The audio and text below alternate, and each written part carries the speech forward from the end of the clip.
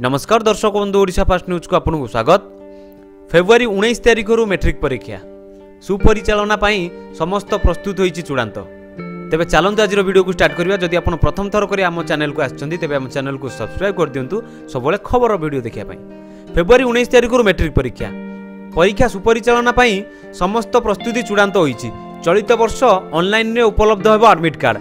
एथिसह परीक्षा संपर्कित समस्त तथ्य बोर्ड वेबसाइट www.bsiodisha.in रे उपलब्ध कराइछि।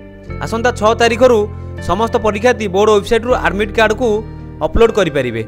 चलित वर्ष परीक्षा देबे 50,60,891 जन परीक्षार्थी। सेति मध्यरु 5,47,747 जन हेउचंती रेगुलर। ओपन स्कूल परीक्षा लागि अछंती 9,771 जन परीक्षार्थी।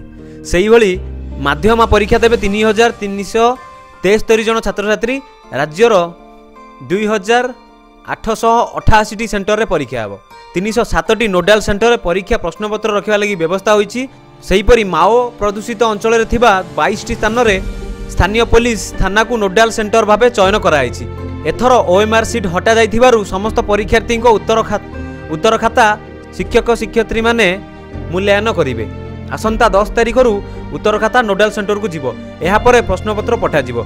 जदि कोनोसी सेंटर रु प्रश्न खाता भाइराल हुए दायित्व रे थिबा संपृक्त शिक्षकों विरोध में थाना रे मामला रुजु हेबो बोली होइचंती बोर्ड संपादक। आशा करूछु आज वीडियोटी आपको पसंद आस्थिबो। जदि वीडियोटी आपको पसंद आस्ताय तो वीडियो को लाइक करंतु, शेयर करंतु एवं चैनल को सब्सक्राइब करंतु।